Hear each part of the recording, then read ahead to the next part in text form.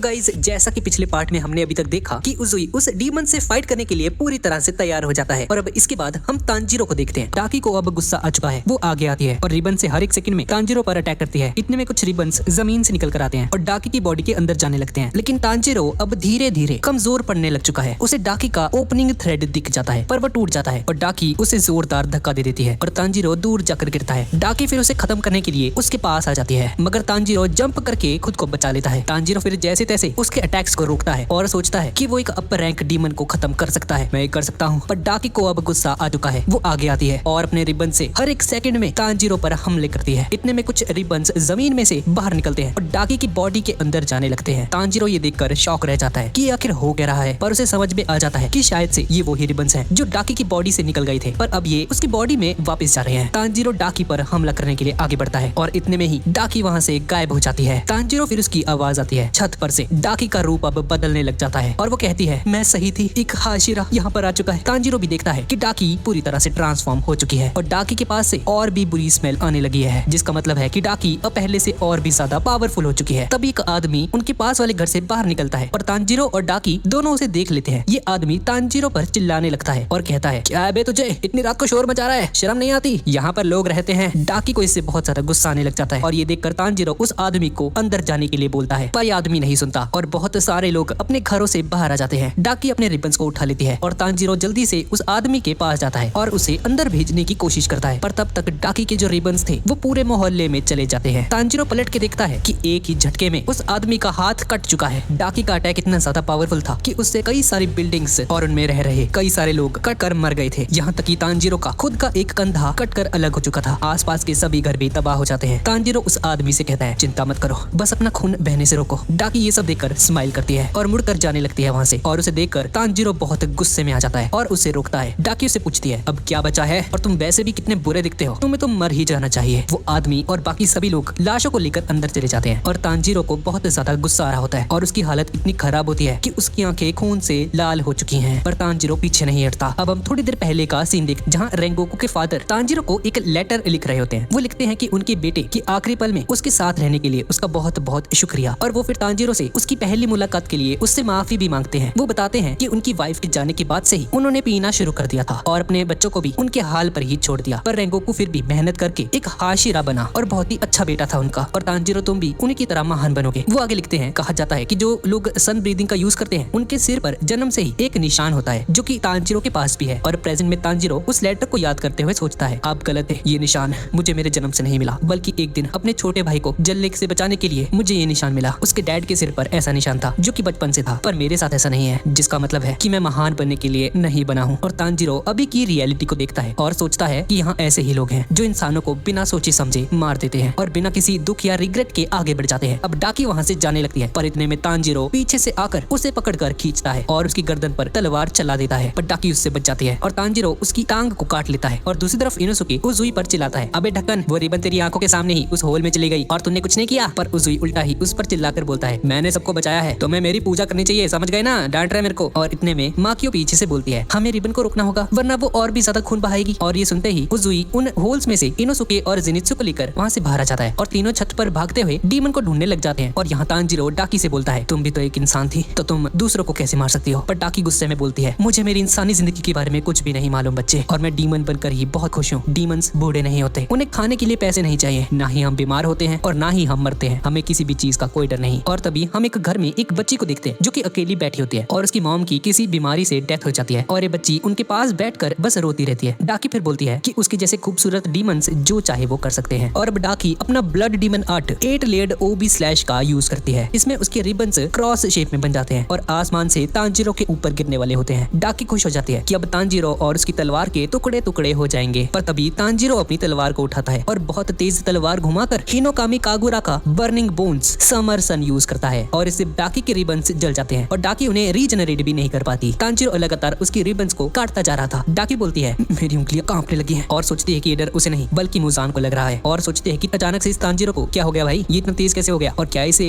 दर्द नहीं हो रहा। और डाकी जंप करके दूसरी बिल्डिंग पर चली जाती है। तांजीरो उसके पास आ जाता है और डाकी की गर्दन को इस बार सच में काट देता है, पर अचानक से वो देखता है कि डाकी की गर्दन भी रिबन से बनी हुई है, इतनी सॉफ्ट होती है कि तांजीरो की तलवार उसके बाकी रिबन्स की तरह उसे नहीं काट पाती और डाकी बच जाती है। डाकी उसे खुद से दूर करती है और रिबन्स से उस पर हमला करती है। तांजीरो भी देखता है कि वो रिबन्स उसकी तरफ आ रहे हैं और किसी रीजन की वजह से उसे वो रिबन्स बहुत धीरे आते हुए नजर आते हैं, जिससे कि वो हर एक रिबन से बचकर उन्हें काटता जाता है। डाकी इतने में देखती है कि तांजीरो ने उसकी सारी की सारी बेल्ट्स को एक जगह पर इकट्ठा कर लिया है और अब उन्हें काटने की कोशिश कर रहा है। उसे लगता है कि तांजीरो ऐसा नहीं कर पाएगा, पर तांजीरो बहुत हिम्मत से सभी के सभी रिबन्स को काट देता है। डाकी ये देखकर हैरान रह जाती है और तांजीरो फिर डाकी की गर्दन मोड़ने से पहले ही उसके पास आ जाता है और अपनी तलवार घुमाता है। डाकी की गर्दन टच होने से पहले ही तांजीरो को अपने छोटे भाई की आवाज सुनाई देती है, जो कहता है भैया प्लीज सांस लीजिए। तांजीरो सांस लेता है और खांसना शुरू कर देता है। उसे समझ में आ जाता है कि उसकी चोट इतनी ज्यादा गहरी थी कि उसने सांस लेना तक बंद कर दिया था। इसी वजह से वो इतनी ताकत के साथ लड़ रहा था। तांजीरो की पूरी पावर खत्म हो जाती है और गिरकर खांसना शुरू कर देता है और डाकी बच जाती है और फिर तांजीरो से कहने लगती है इंसान इसी वजह से बहुत कमजोर होते हैं। और फिर डाकी तांजीरो को मारने ही वाली होती है, पर तभी उसके सिर के ऊपर कोई एक जोरदार लात मार देता है और डाकी बहुत दूर जाकर गिरती है। डाकी पूरी तरह से हिल जाती है और कुछ देर में वो देखती है कि तांजीरो के सामने नेजुको खड़ी हुई है और बहुत ज्यादा गुस्से में लग रही होती है। नेजुको के दिमाग में वो ख्याल आते हैं कि डीमंस ने कैसे उसकी फैमिली को मार डाला था और तांजीरो को भी अब मारने वाले हैं। डाकी उसे देखती है और उसे मुजान की बातें याद आती हैं। वो बताती है कि मुजान ने उसे बताया था कि एक डीमन लड़की उसकी पकड़ से बाहर जा चुकी है, जैसे कि तामायो चली गई थी। और मुजान डाकी को इस काम को सौंपता है कि उसे उस धोखेबाज को पकड़कर मार डालना है। डाकी समझ जाती है कि मुजान ने इसी डीमन को मारने की बात की थी और फिर डाकी बोलती है कि वो नेजुको को अपने रिबन में कैद कर लेगी और सुबह होते ही उसे धूप में जलाकर मार डालेगी। नेजुको इतने में दोबारा से डाकी को किक करने आती है, जिससे डाकी समझ जाती है कि नेजुको को बस यही एक अटैक करना आता है और इसी का फायदा उठाकर डाकी नेजुको के हाथ पैर काट देती है, यहाँ तक कि उसकी बॉडी को बीच में से काटकर दो टुकड़े कर उसे दीवार पर फेंक देती है। डाकी समझ जाती है कि नेजुको पावरफुल बिल्कुल भी नहीं है और उसने ज्यादा लोगों का खून भी नहीं पिया है। नेजुको के ऊपर दीवार के भारी टुकड़े आकर गिर जाते हैं और उसका बाहर निकलना अब मुश्किल हो जाता है, पर नेजुको हार नहीं मानती और पत्थरों से बाहर आकर खड़ी हो जाती है। डाकी शॉक ले जाती है और देखती है कि नेजुको ने अपने आप को रीजनरेट कर लिया है, जबकि उसने खुद नेजुको के शरीर के दो हिस्से होते हुए देखे थे। इतने में नेजुको एक झटके में अपना हाथ भी रीजनरेट कर लेती है और डाकी को यकीन नहीं होता कि ये तो एक अपर रैंक जितनी पावरफुल है भाई। और अब नेजुको बहुत ज्यादा गुस्से में आ जाती है और अपने मुंह पर बंधा हुआ वो कवर तोड़ देती है और इसके बॉडी पार्ट्स ग्रो करने लग जाते हैं और एक बच्ची से अचानक से अडल्ट बन जाती है और उसकी पूरी की पूरी बॉडी पर टैटूज बन जाते हैं और नेजुको की सिर के ऊपर सींग बन जाते हैं और अब ये बिल्कुल किसी अपर रैंक की डीमन जितनी पावरफुल हो चुकी है। और वहीं तांजीरो अभी भी छत पर बेहोश पड़ा है और उसे अपने भाई ताकियो की याद आती है। ताकियो बोलता है कि तांजीरो और नेजुको बिल्कुल सेम है, बहुत प्यारे हैं, पर गुस्सा आने पर खतरनाक बन जाते हैं। और अब नेजुको दोबारा से डाकी के ऊपर किक से हमला करती है और डाकी उसके हाथ पैर वापिस से काटने जाती है, पर तब तक नेजुको पैर बदल कर डाकी को लात मार के जमीन पर पटक देती है, जिससे कि डाकी को बहुत ज्यादा दर्द होता है। अब नेजुको बेरहमी से बार बार डाकी को मारती रहती है और स्माइल करने लगती है, जिससे कि डाकी को बहुत पेन होता है। और यहीं दूसरी तरफ बेहोश पड़े तांजीरो के सपने में उसका भाई तैकियो आता है और उसे जगाता है और बोलता है कि तांजीरो अगर अभी नहीं उठा तो उसकी बहन कभी भी पहले जैसी नहीं रहेगी। और ये सुनते ही तांजीरो को होश आ जाता है और इस तरफ नेजुको अभी भी डाकी को मारती ही रहती है और अब नेजुको बहुत ज्यादा डरावनी दिखने लग जाती है। डाकी जैसे तैसे अपने रिबन्स को निकालती है और नेजुको के हाथ पैर और गर्दन काट देती है और उससे दूर हो जाती है, पर इसका कोई भी फायदा नहीं होता क्योंकि नेजुको के ब्लड सेल्स आपस में जुड़े होने की वजह से उसके बॉडी पार्ट्स अलग नहीं हो पाते और नेजुको फिर डाकी के रिबन्स को अपने हाथों से पकड़ लेती है और तो और डाकी की बॉडी के ऊपर लगा हुआ नेजुको का सारा ब्लड जलने लगता है, जिससे कि डाकी के शरीर में आग लग जाती है और उसे जलते जलते एक पास्ट का मोमेंट याद आता है जिसमें दो लोग किसी को ऐसे ही जलता हुआ छोड़ गए थे। डाकी से बुरी तरह से घायल हो जाती है, वो कुछ कर पाती इससे पहले ही नेजुको उसके पास आती है और उसे दोबारा से बुरी तरह से मारना शुरू कर देती है। नेजुको को देखकर अब ऐसा लगने लगता है कि वो भी अब एक असली की डीमन बन चुकी है। डाकी सोचती रह जाती है कि ये कौन सा ब्लडी मनाट है जो कि दूसरे डीमन को ही चोट पहुंचाता है। नेजुको फिर डाकी को एक लात मारती है, जिससे कि वो 4 घरों को तोड़ते हुए 5वें घर में जाकर गिरती है और उस घर में कुछ घायल लोग होते हैं और उनमें से एक लड़की का खून बह रहा होता है और तभी नेजुको भी वहाँ पर आ जाती है और बहता हुआ खून देखकर नेजुको खुद को कंट्रोल नहीं कर पाती और बेकाबू हो जाती है और उस लड़की को खाने के लिए उसकी तरफ पड़ती है, पर इससे पहले कि नेजुको उसे खा पाती तांजीरो पीछे से आ जाता है और अपनी तलवार की मयान से नेजुको का मुंह पकड़ लेता है और उसे रोकता है। तांजीरो उसे शांत रहने के लिए बोलता है, पर तब तक बहुत देर हो चुकी थी और नेजुको तांजीरो की कोई भी बात नहीं सुनती, पर तांजीरो भी हार नहीं मानता और नेजुको को पकड़ कर रखता है और थोड़ी देर तक ऐसा ही चलता है और तभी डाकी वहाँ पर दोबारा से आ जाती है और डाकी का गुस्सा 7वें आसमान पर था और बोलती है मेरी आधी बॉडी जल चुकी है और मुझे इतनी ज्यादा चोट लगी है जो कि ठीक होने में एक अरसा ले लेगी और अब मैं तुम्हारी इस नेजुको से परेशान हो चुकी हूँ, तो मुझे नेजुको को अब खत्म करना पड़ेगा। और डाकी अपने रिबन्स को निकालकर नेजुको के पास आने लगती है। तांजीरो को समझ में नहीं आता कि अब ये क्या करे। ये नेजुको को भी अब नहीं छोड़ सकता था क्योंकि उसके पास इंसान खड़े थे और वो इसी कारण डाकी को किसी को नुकसान पहुंचाने से भी नहीं रोक सकता था और इससे डाकी उनके काफी नजदीक आ जाती है और उसके अटैक करते ही उजुई वहाँ पर आ जाता है और उसके सभी के सभी रिबन्स को काट देता है और उजुई तांजीरो से पूछता है क्या यही है वो नेजुको। तांजीरो चौंक जाता है और उससे पूछता है अबे ओ कहाँ था तू। ये सुनकर उजुई तांजीरो पर चिल्लाता है अबे ओ मैं लॉर्ड उजुई हूँ, ठीक है ना, इज्जत से बोल ले। और तभी डाकी उजुई से बोलती है तुम एक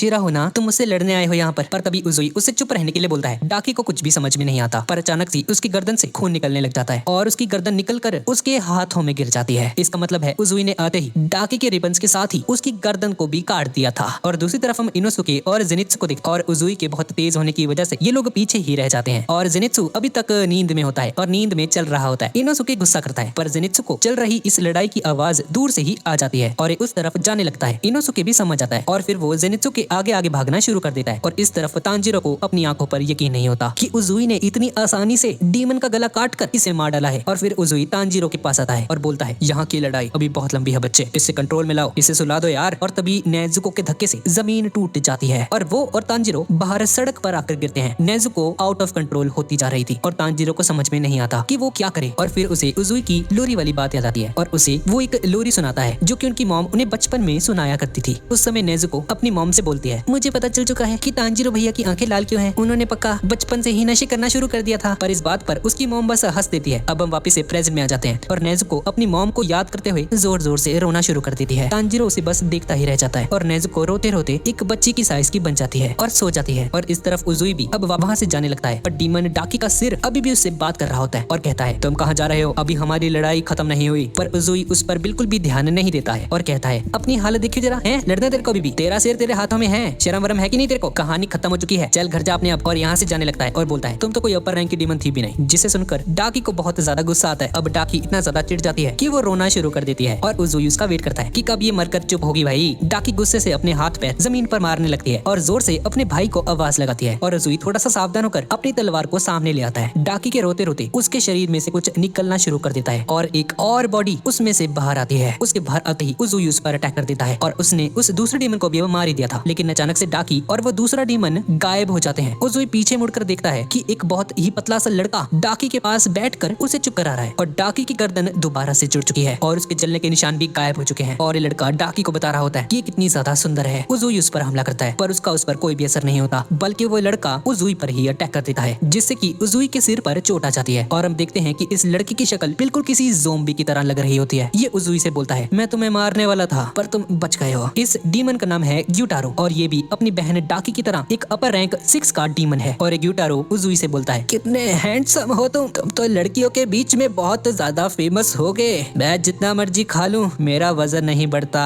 उसे उजुई से बहुत ज्यादा जलन हो रही होती है और ये अपना ही मुंह और बॉडी नाखूनों से नोचना शुरू कर देता है। और फिर ये लड़का बोलता है, इसी वजह से मैं तुम्हें बहुत बुरी तरह से मारूंगा। इतने में डाकी बोलती है, भैया प्लीज उसे भी मार दो जिसने मुझे इतना ज्यादा जलाया। और बताती है कि उसने अपनी पूरी कोशिश की थी पर इन सभी ने मिलकर उसे परेशान कर दिया। ये सब सुनकर वो बोलता है, मैं तुम्हें नहीं छोड़ने वाला जैसा तुमने मेरी बहन के साथ किया।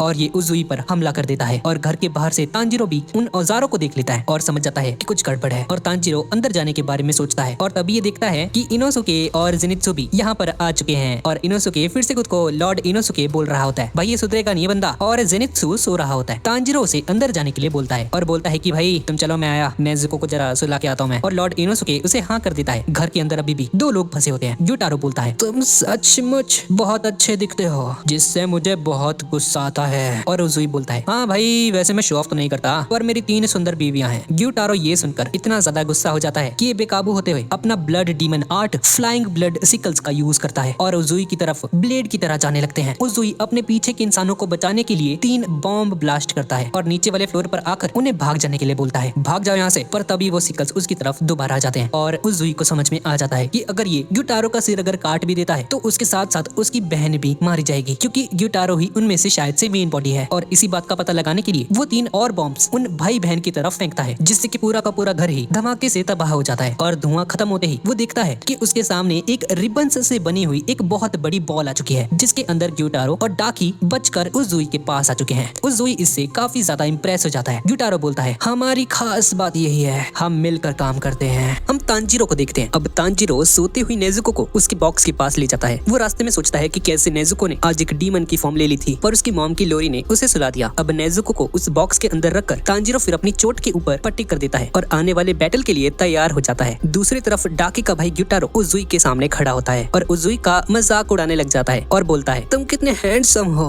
और तुम्हारी 3 पत्नियां भी हैं और तो और तुम्हारी शक्ल देखकर ही लगता है कि तुम कितने बड़े स्टड लौंडे हो। लोगों को स्ट्रांग बनने की ट्रेनिंग लेनी पड़ती है और तुम तुम तो पैदा ही स्ट्रांग हुए हो, इसीलिए मुझे तुमसे बहुत नफरत है। और ग्यूटारो उजुई को देखकर हंसता रहता है क्योंकि बढ़ते टाइम के साथ उजुई की सांसें तेज चलने लग जाती हैं। वो जहर उजुई की बॉडी में धीरे धीरे बढ़ना शुरू हो चुका है। पर उजुई बोलता है अब मैं अपने फ्लैशी वे में तुम्हें और तुम्हारी इस बेवकूफ बहन को खत्म कर दूंगा। अब उजुई आगे बढ़ता है ग्यूटारो को मारने के लिए और उनकी फाइट शुरू हो जाती है। डाकी और ग्यूटारो दोनों साथ मिलकर उजुई पर हमला करते हैं और उजुई लात मारकर ग्यूटारो को डाकी से अलग कर देता है और उजुई वापस से अपने बॉम्ब्स को निकालकर उनके ऊपर फेंकता है। ग्यूटारो सोचता है कि बॉम्ब्स से लगने वाली आग डीमंस को नुकसान पहुंचाती है जिसे हील करना मुश्किल होता है और वो देखता है कि डाकी का वो बॉम्ब लग चुका है और उसका सिर दोबारा से कट चुका है। पर डाकी अपना सिर वापस से लगा लेती है और रोने लग जाती है और तभी उजुई अपनी तलवार ग्यूटारो की गर्दन के पास ले आता है। ये देखकर ग्यूटारो शॉक रह जाता है कि ये तलवार अपना साइज भी बदल सकती है और फिर वो देखता है कि उजुई की दोनों तलवारें जुड़ी हुई हैं, इसलिए अब उसकी रेंज डबल हो चुकी है। पर फिर भी वो ग्यूटारो को मार नहीं पाई, बस उसका गला थोड़ा सा स्क्रैच हो जाता है। ग्यूटारो बोलता है तुम कितनी भी कोशिश कर लो तुम मारे जाओगे मेरे भाई, क्योंकि वो जहर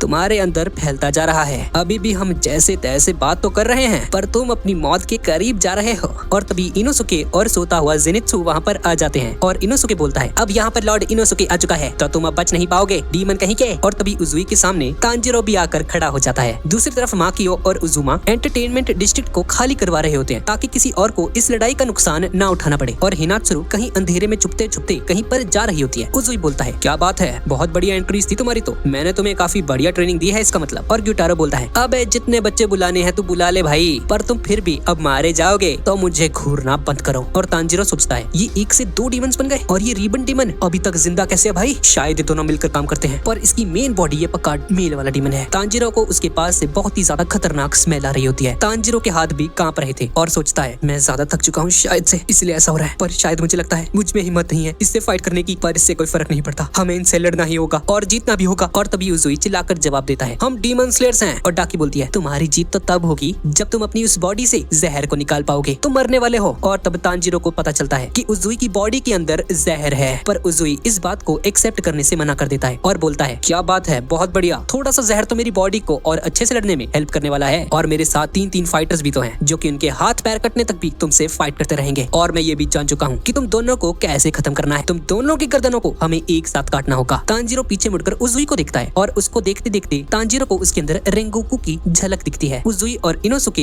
हंसने लग जाते हैं ये सोचकर कि इन्हें मारना तो भाई बहुत आसान है। पर ग्यूटारो बोलता है तुम्हारा प्लान तो बढ़िया है लेकिन आज तक कोई हाशिरा हमारी गर्दन नहीं उड़ा पाया, बल्कि मैं अब तक 7 हाशिरास को मार चुका हूँ। और तभी डाकी उजुई पर हमला कर देती है और बिजली की तेजी से जेनित्सु डाकी के सामने आता है और डाकी की रिबन्स को रोक देता है और डाकी को लेकर घर की छत के ऊपर चला जाता है। तांजिरो जेनित्सु को आवाज लगाता है जिस पर इनोसुके बोलता है तुम उसकी और मेरी चिंता मत करो तांजिरो, हम दोनों उस डाकी को देखते हैं, तब तक तुम दोनों इस झिंगुर डीमन से लड़ो। छत पर जेनित्सु डाकी से बोलता है तुम्हें उस बच्ची से जाकर माफी मांगनी चाहिए जिसका डाकी ने कान खींचा था, भले ही वो पूरे हाउस में पैसे लेकर आती है पर उसका किसी इंसान पर कोई हक नहीं है। डाकी बोलती है इतनी खराब शक्ल के साथ तुम मुझे लेक्चर दे रहे हो हैं? और यहाँ पर सब लड़कियाँ किसी ऑब्जेक्ट की तरह ट्रीट की जाती हैं, लोग उन्हें खरीदते हैं, बेचते हैं और इस्तेमाल करके फेंक देते हैं। जो खूबसूरत नहीं है वो चावल का एक दाना तक डिजर्व नहीं करती है। और तभी डाकी की आवाज बदल जाती है और उसमें 2 आवाजें मिल जाती हैं। वो बोलते हैं तुम गलत हो, जो हॉरिबल चीजें हमारे साथ हुई हैं हम किसी और के साथ ना करें तो हमें चैन नहीं पड़ता, इसी बदले की आग में हम अपनी जिंदगी बिताते हैं। और तभी डाकी की बॉडी और भी ज्यादा स्ट्रांग हो जाती है और उसके सिर के ऊपर एक तीसरी आंख भी आ जाती है जो कि ग्यूटारो की होती है और तांजिरो के हाथ अब और भी ज्यादा कांपने लगते हैं। ये देख कि ग्यूटारो अपनी एक आंख से भी बहुत ज्यादा स्ट्रांग है और तांजिरो सोचता है शिट, यही अपर रैंक 6 की पावर और उजुई की बॉडी में तो जहर फैल चुका है, मुझे लगता है मुझे ही सब कुछ करना होगा। अब इसके मूव करते ही मैं इस पर हमला कर दूंगा, पर मैं उस पर हमला कैसे करूंगा, मुझे बहुत डर लग रहा है। तांजिरो ये सब सोच ही रहा होता है कि तभी ग्यूटारो तांजिरो के पास आ जाता है और अपनी सिकल से उसकी गर्दन को काटने वाला होता है, पर तांजिरो किसी तरीके से इस वार से बच जाता है और उजुई और ग्यूटारो की फाइट शुरू हो जाती है। डाकी के रिबन्स वहां पर आकर उन पर हमला कर देते हैं और तांजिरो और उजुई दोनों के दोनों अपनी तलवारों से उन्हें रोकने की कोशिश करते हैं। और तभी इनोसुके भी ऊपर आ जाता है और डाकी की तीसरी आंख को देखकर शॉक्ड रह जाता है और नीचे ग्यूटारो भी हंसता है क्योंकि उसे लगा था कि उजुई बहुत ज्यादा स्ट्रांग है, पर उसे अब ऐसा कुछ भी फील नहीं हो रहा था। और अब उजुई की लड़ाई ग्यूटारो से बहुत तेजी से शुरू हो जाती है और उसके बॉम्ब्स से भी इस ग्यूटारो को कुछ ज्यादा फर्क नहीं पड़ता। उसके हथियार से ग्यूटारो को कई जगह पर कट भी लग जाते हैं और इतने में ग्यूटारो दोबारा से अपने ब्लड डीमन आर्ट से बने हुए ब्लेड से उजुई पर हमला करता है, पर तांजिरो उन्हें संभाल लेता है। वो सोचता है इन्हें रोकना तो बहुत मुश्किल है, पर उसे रियलाइज होता है कि वाटर ब्रीदिंग से शायद कुछ हो सकता है। वाटर ब्रीदिंग डिफेंस के लिए अच्छी है और तांजिरो उससे उन ब्लड नाइफ्स से डील करता है और इस तरफ उजुई साउंड ब्रीदिंग का 6th form spring performance use करता है, पर उससे ग्यूटारो को कुछ ज्यादा फर्क नहीं पड़ता और इतने में हिनात्सुरु उस घर की छत पर कुनाई वाले क्रॉसबो के साथ आ जाती है और ढेर सारे नाइफ्स ग्यूटारो के ऊपर छोड़ देती है। लेकिन ग्यूटारो अब अपना डीमन ब्लड आर्ट शुरू करता है और रैम्पेंट आर्क रैम्पेज के जरिए सभी नाइफ्स को रोक देता है। वो मन में सोचता है ये नाइफ्स मेरा क्या ही बिगाड़ेंगे, पर तब तक उजुई उसके पास आ जाता है। ग्यूटारो ये देखकर डर जाता है और देखता है कि उजुई पर भी बहुत सारे नाइफ्स लग चुके हैं और उजुई अपनी तलवार से ग्यूटारो के दोनों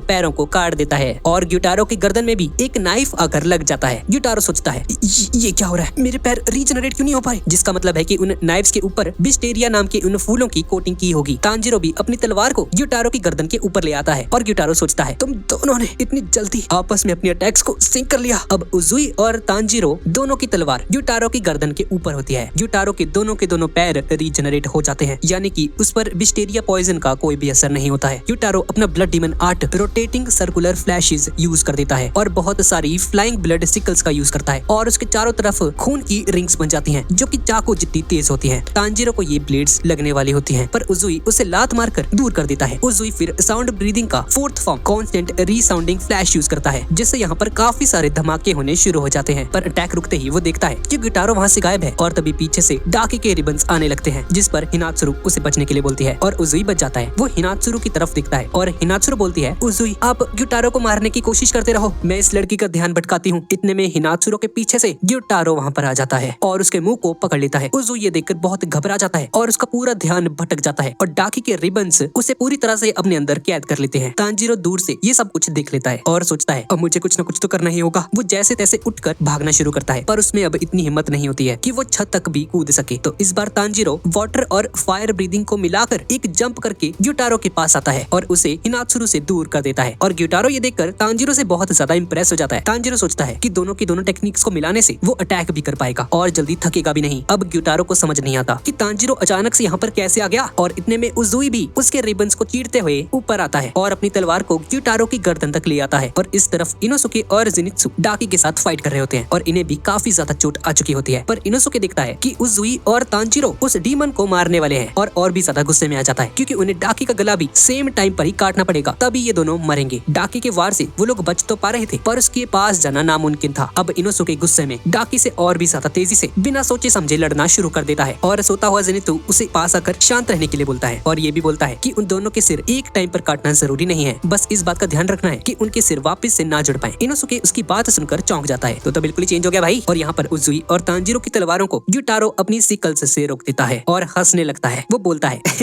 तुम्हें लगता है तुम मेरी गर्दन को काट दोगे, कितने नादान हो तुम लोग यार। और उन दोनों की तलवारों के ऊपर ग्यूटारो की स्किन कब्जा करना शुरू कर देती है। उजुई मौका देखकर अपनी दूसरी तलवार को ग्यूटारो के पास लेकर आता है और तभी ग्यूटारो अपनी गर्दन को पीछे तक घुमा लेता है और अपने दांतों से उसकी तलवार को भी पकड़ लेता है। फिर ग्यूटारो दोबारा से अपने हाथों से ब्लड रिंग्स को बनाता है और तांजिरो को खुद से दूर करके उजुई को अपने साथ लेकर चला जाता है। तांजिरो देखता रह जाता कि अभी हुआ क्या भाई। और तभी पीछे से डाकी की रिबन्स उसके और हिनात्सुरु के पास आते हैं और जेनित्सु और इनोसुके उसे संभाल लेते हैं और तांजिरो से पूछते हैं तांजिरो क्या तुम लड़ सकते हो। तांजिरो हाँ बोलता है और हिनात्सुरु को यहाँ से जाने के लिए बोलता है और अब तांजिरो इनोसुके और जेनित्सु मिलकर डाकी के साथ फाइट करते हैं और अब ये तीनों मिलकर एक प्लान बनाते हैं कि इनोसुके अपनी दो तलवारों से डाकी के पास जाकर उसकी गर्दन को काटेगा और बाकी दोनों उसे डाकी के पास पहुंचने के लिए कवर देंगे। अब लॉर्ड इनोसुके बोलता है अब सब कुछ मुझ पर छोड़ दो और अब इन तीनों का ये प्लान कामयाब हो जाता है और इनोसुके उन पर भरोसा करके अपना बीस्ट ब्रीदिंग का 8th form explosive rush use करके तेजी से डाकी की ओर भागता है और वहीं जेनित्सु और तांजिरो डाकी के रिबन्स इनोसुके के पास आने से बचाते हैं। डाकी को लगता है कि ये उनका कुछ भी नहीं बिगाड़ सकते, पर वो दिखती है कि इनोसुके सचमुच उसके बहुत ज्यादा करीब आ चुका है। इनोसुके अपनी दोनों की दोनों तलवारें डाकी की गर्दन के ऊपर रख देता है पर डाकी बोलती है तुम इससे नहीं काट सकते। पर लॉर्ड इनोसुके अपनी तलवार को आरे की तरह आगे पीछे करने लगता है जिससे कि डाकी की गर्दन कट कर अलग हो जाती है और इनोसुके उछलकर डाकी का सर पकड़ लेता है और उसे लेकर भागने लग जाता है। डाकी के रिबन्स अभी भी इनोसुके का पीछा करते हैं पर इनोसुके उनसे बचते हुए भागता रहता है और बोलता है तुम सब लोग उस डीमन को संभालो, तब तक मैं इसकी गर्दन को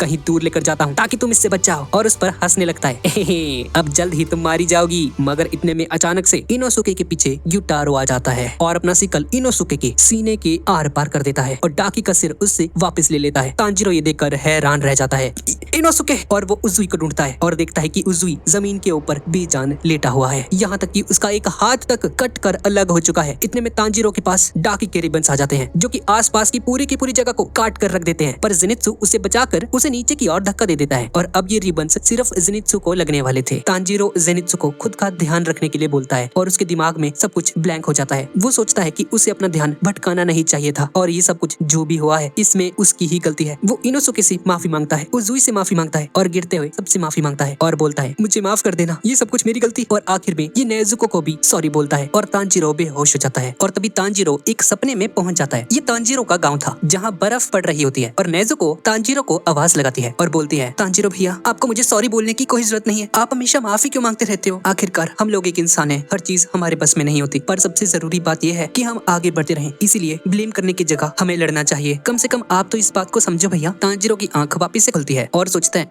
ये क्या था, क्या ये कोई सपना था? कुछ देर तो तांजीरो को समझ में ही नहीं आता कि अभी हुआ क्या, क्योंकि डाकी के उस अटैक की वजह से पूरा एंटरटेनमेंट डिस्ट्रिक्ट जल रहा था। चारों तरफ आग फैली हुई थी और सब कुछ बर्बाद हो चुका था। तांजीरो सोचता है काश सब लोग यहाँ से भाग निकले हों। और तभी अचानक से तांजीरो को नेजुको की याद आती है। नेजुको कहाँ पर है? और पीछे मुड़कर देखता है कि नेजुको सो रही होती है। तांजीरो को इससे काफी रिलीफ मिलती है, पर वो कुछ कर पाता उससे पहले ही एकदम से युटारो उसके सामने आकर खड़ा हो जाता है। वो तांजीरो को चिढ़ाना शुरू कर देता है, तुम कितने किस्मत वाले हो, इतना सब कुछ होने के बावजूद तुम अभी तक जिंदा हो। ये अलग बात है कि तुम्हें लकी होने के अलावा और कोई खास बात नहीं है। तुम्हारे सभी दोस्त तो मर चुके हैं, जैसे कि वो जंगली सुअर। कितना कमजोर है वो, और ये पीले बालों वाला सिंप मलबे के नीचे दबा हुआ है। तो मैं उसे वहीं पर मरने के लिए छोड़ दूंगा। और बच्चा ये उजुई, ये तो मर चुका है। मेरे सिकल का जहर उसकी बॉडी में आखिरकार पहुंच ही गया। तुम सभी को शर्म आनी चाहिए। तुम सब बस एक होपलेस क्रीचर्स हो, और सबसे ज्यादा तो तुम तांजीरो। और वो जो बॉक्स से अभी बाहर आ रही है, ये तुम्हारी कोई रिश्तेदार है क्या? इतना तो मैं जानता हूँ। तो क्या ये तुम्हारी छोटी बहन है?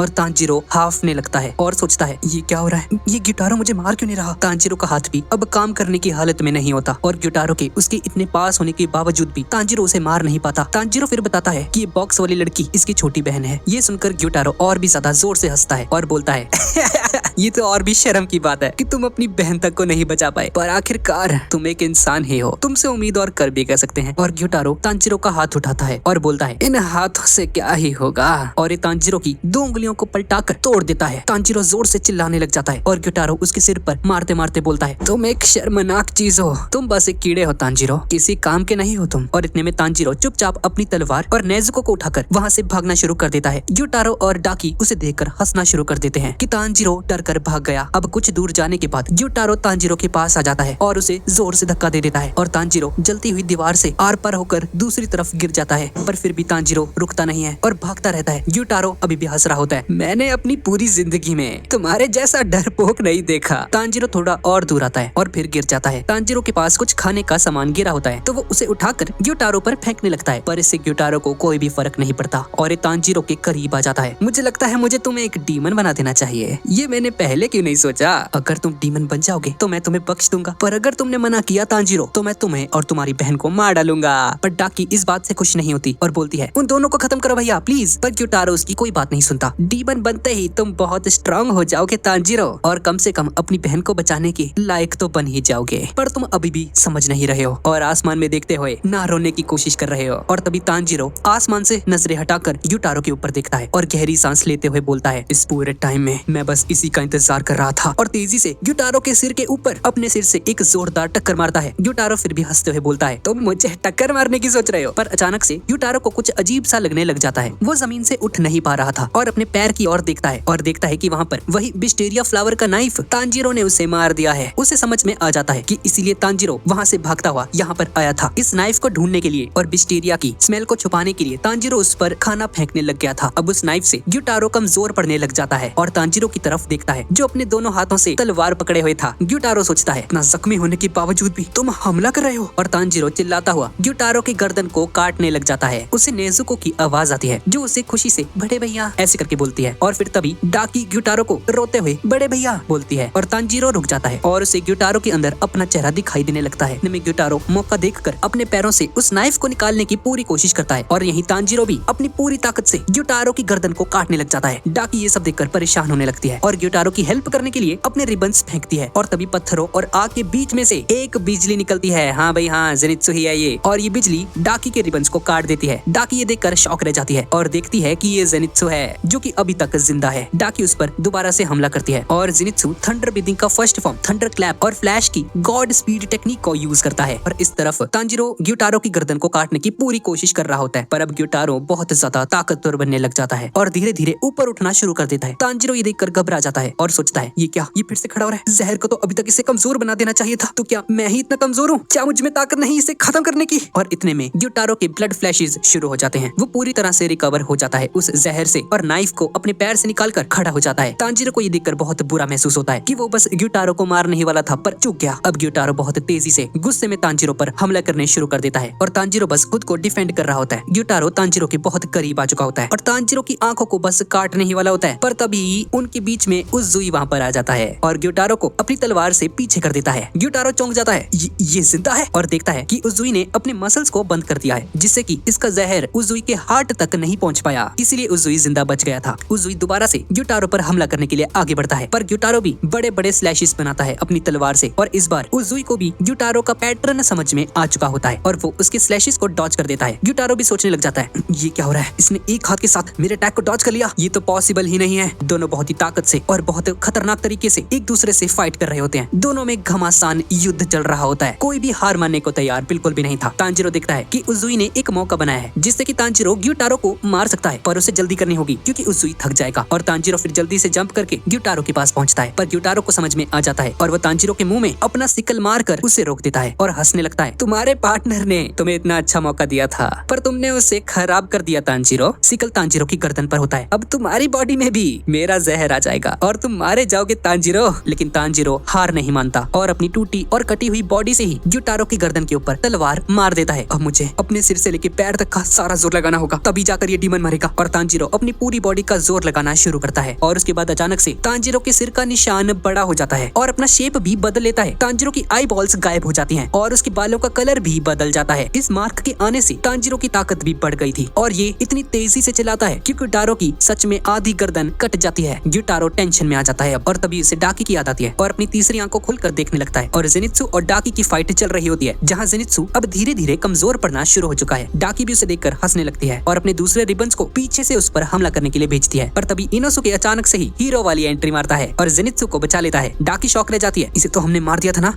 ये जिंदा कैसे है? इस पर इनोसुके बोलता है मुझे मेरे ऑर्गन्स को शिफ्ट करने में कोई प्रॉब्लम नहीं होती और शायद तुम्हें पता नहीं है मैं पहाड़ी हूँ, हम हिमाचल वाले बहुत स्ट्रांग होते हैं, समझ गई ना तुम? तांजीरो, जेनित्सु और इनोसुके अपनी पूरी जान लगा रहे होते हैं और इतनी मेहनत करने के बाद आखिरकार दोनों डीमन भाई बहन की गर्दन को साथ में काटने में कामयाब हो जाते हैं। एक तरफ से डाकी का सिर कटकर घूमता है और दूसरी तरफ से ग्यूटारो का सिर घूमता है और दोनों सिर एक दूसरे के पास आकर गिरते हैं। दोनों एक दूसरे को देखने लगते हैं। उजुई की तीनों पत्नियां दूर से खड़ी हुई सब कुछ देख रही होती हैं। भाई क्या ये यूजलेस है, अब क्यों नहीं करी इन्होंने फाइट यहाँ पे है? और सुमा रोते रोते चिल्लाती है ये रोतड़ू लड़की, तुम सभी ने कर दिखाया, मुझे तुम पर बहुत गर्व है। हाँ भाई खुद भी कर लेती कुछ। सुमा हिनात्सुरो को दिखाती है पर उसे कुछ अजीब लगता है। यहाँ तांजीरो की बॉडी के अंदर जहर फैलता जा रहा था और उसकी आंखों के सामने अंधेरा छाने लगता है। तांजीरो सांस तक नहीं ले पा रहा था। उजुई उसे देखते हुए कुछ बोलता है पर तांजीरो को दिखना और सुनाई देना दोनों बंद हो चुका है। तांजीरो सोचता है उजुई क्या बोल रहे हैं, क्या मैं उसकी गर्दन को नहीं काट पाया? और तांजीरो जमीन पर गिरने लगता है और उजुई बोलता है तांजीरो तुम्हें यहाँ से भागना होगा। और तभी ग्यूटारो की बॉडी ब्लास्ट हो जाती है और उसमें से लाखों ब्लड सिकल्स निकलते हैं और पूरे टाउन में इतना बड़ा धमाका करते हैं कि जैसे यहाँ पर कोई न्यूक्लियर बॉम्ब फट चुका है और इन चारों को यहाँ से भागने का मौका नहीं मिल पाता। नेजुको अपने बॉक्स से बाहर आती है और अपने ब्लड डीमन आर्ट से उन सब की ब्लेड्स को जला देती है। सभी लोग जिंदा भी रहते हैं और बच भी जाते हैं। अब तांजीरो को होश आता है और नेजुको उसके सामने थी। तांजीरो देखता है कि सब कुछ बर्बाद हो चुका है पर वो और नेजुको सही सलामत है। तांजीरो को समझ में आ जाता है कि नेजुको ने ही उसकी जान बचाई है और वो उसे थैंक्स बोलता है और अब ये दोनों मिलकर बाकी सबको ढूंढने लग जाते हैं और दूर से उन्हें जेनित्सु की आवाज सुनाई देती है पर तांजीरो में उस तक जाने की हिम्मत नहीं होती क्योंकि जहर के अलावा भी तांजीरो को बहुत ज्यादा चोट लगी हुई है और नेजुको उसे अपनी पीठ के ऊपर बिठाकर जेनित्सु तक लेकर जाती है। वो देखते हैं कि जेनित्सु भी बिल्कुल ठीक ठाक है पर बहुत थक जाने की वजह से रो रहा होता है। उसे याद भी नहीं है कि रात भर उसने क्या किया है। जेनित्सु ने बताता है कि उसे इनोसुके की हार्ट बीट कम होती हुई सुनाई दे रही है, उसे बचाना पड़ेगा। तांजीरो इनोसुके के पास पहुंचते हैं और तांजीरो देखता है कि इनोसुके बेहोश पड़ा है और पूरा जहर इनोसुके की बॉडी में फैलता जा रहा है। इनोसुके मरने वाला है और तांजीरो के पास अब इतना टाइम नहीं था कि शिनोबु यहाँ पर आ सके या उसका क्रो उसकी हेल्प कर पाए। तांजीरो को कुछ भी समझ में नहीं आता कि अब उसे क्या करना चाहिए और तभी नेजुको इनोसुके के ऊपर अपना हाथ रखती है और उसे अपने ब्लड डीमन आर्ट की आग से जला देती है। तांजीरो देखता है कि इससे इनोसुके की बॉडी में जहर धीरे धीरे कम होकर खत्म हो जाता है और इनोसुके को होश आ जाता है और इनोसुके उठते ही बोलता है मुझे पिज्जा खाना है, मुझे भूख लगी है बहुत ज्यादा, जल्दी पिज्जा लेके आओ। और दूसरी तरफ उजुई की तीनों वाइफ्स बैठकर रो रही होती हैं कि अब उनका क्या होगा। उजुई इन्हें ऐसे छोड़कर नहीं जा सकता। उजुई उन्हें अपने लास्ट वर्ड्स बोलने लगता है पर सुमा इतना ज्यादा रोती है और चिल्लाती है कि ये बंदा कुछ कह नहीं पाता भाई। तभी नेजुको वहाँ पर आ जाती है और उसे आग से जलाने लग जाती है। सुमा गुस्से से उसे उजुई से दूर ले जाती है और समझाती है अबे ओ इसका अंतिम संस्कार कर रही है तू, मरा नहीं अभी है। पर उजुई देखता है कि उसका जहर जहर खत्म हो चुका है और अब वो भी बिल्कुल ठीक ठाक है। और ये देखकर उसकी वाइफ्स बहुत खुश हो जाती हैं और नेजुको को सभी लोग थैंक्स बोलते हैं। तांजीरो को फिर उन डीमंस के बारे में याद आता है और उन्हें ढूंढने के लिए निकल जाता है। तांजीरो उस डीमन ब्लड को स्मेल करके एक जगह पर आता है जहाँ ग्यूटारो का खून पड़ा था। वो उसका एक सैंपल ले लेता है और तमाओ के पास उसकी कैट के जरिए भेज देता है। उसे और नेजुको को ग्यूटारो और डाकी की आवाज आती है और ये उनके पास पहुंच जाते हैं। तांजीरो देखता है कि ये दोनों अभी भी जिंदा हैं और एक दूसरे से लड़ रहे हैं और बहस कर रहे हैं। इन दोनों के सिर जमीन पर पड़े होते हैं और धीरे धीरे हवा में गायब हो रहे होते हैं। डाकी ग्यूटारो पर चिल्ला रही थी कि ये सब कुछ उसी की गलती है, तुम्हें उस हाशिरा को मौका मिलते ही मार देना चाहिए था, ये सब तुम्हारी गलती है। और ग्यूटारो बोलता है तू भी एक नंबर की यूजलेस ही है, ठीक है ना, तूने भी कुछ नहीं किया था, ये सब तेरी गलती है। और डाकी ग्यूटारो से बोलती है तुम वैसे भी इतने बदसूरत हो कि तुम्हें देखने तक का मन नहीं करता। ग्यूटारो से बोलता है पर तांजीरो वहाँ पर आकर उसे बोलने से रोक देता है और बोलता है ग्यूटारो बस करो। और डाकी तांजीरो को चिल्लाती है तुम्हें हमारे बीच में नहीं आना चाहिए था, ये सब तुम्हारी गलती है। और ऐसा बोलकर ये लड़की रोने लग जाती है और ग्यूटारो से बोलती है भैया मुझे नहीं मरना, प्लीज मुझे बचा लो, कुछ करो। और डाकी पूरी तरह से राख में बदल जाती है और इस सीरीज का 7th पार्ट यहीं पर खत्म हो जाता है। तो गाइज यही थी आज की वीडियो और इसका अगला पार्ट 1-2 दिन में आ जाएगा। पर अगर आपको वीडियो अच्छी लगी तो प्लीज लाइक जरूर कर देना और कमेंट भी जरूर कर देना। और इस बार का लाइक टारगेट रखते हैं 4000 लाइक्स। तो ठीक है गाइज, जरूर मिलते हैं इसके अगले पार्ट में।